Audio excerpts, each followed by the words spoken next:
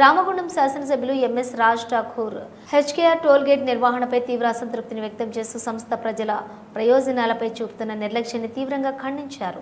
గత 12 సంవత్సరాలుగా టోల్ వసూళ్ల ద్వారా లాభాలు పొందుతున్న సంస్థ ప్రజల భద్రతకు అవసరమైనటువంటి సర్వీస్ రోడ్లు ఇతర సౌకర్యాల ఏర్పాటులో విఫలమైందని ఆవేదన వ్యక్తం చేశారు.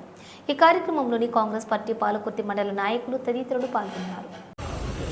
హెచ్కేఆర్ వాళ్ళు గత 12 సంవత్సరాలుగా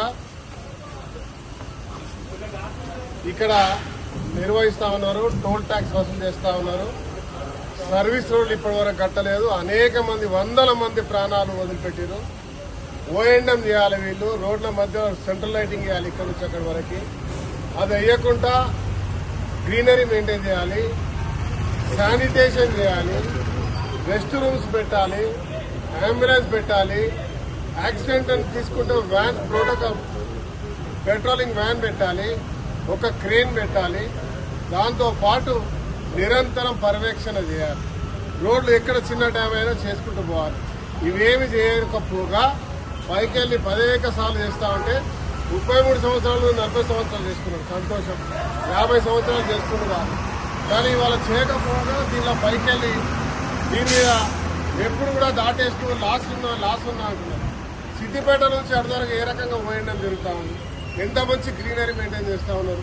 సర్వీస్ రోడ్లు ఏ రకంగా వేసారు. అక్కడికి ఇక్కడికి తేడా ఉంది. అడిగే నాదుడు లేడా, అడిగే పట్టించుకునే వాళ్ళు లేరని ఒక నిర్భయమైనటువంటి ఒక నమ్మకం.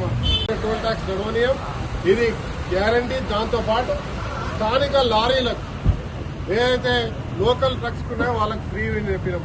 ఎంప్లాయ్మెంట్ వాళ్ళు చేసుకునేటువంటి వాటి తర్వాత గోదావరి నుంచి ట్రాన్స్పోర్ట్ పోయేటి, లోడింగ్ పోయినా కూడా వచ్చేటప్పుడు ఫ్రీగా ఇచ్చేటువంటి కార్యక్రమం చేయాలి. అవి చేయకుండా ఇబ్బంది పెట్టే కార్యక్రమాలు చేస్తా ఉన్నాను. ఇక్కడ పనిచేసే వరకు 12 సంవత్సరాల కింద ఒకటే జీతం, ఈ రోజు కూడా అదే జీతం. ఇవాళ భయప్రా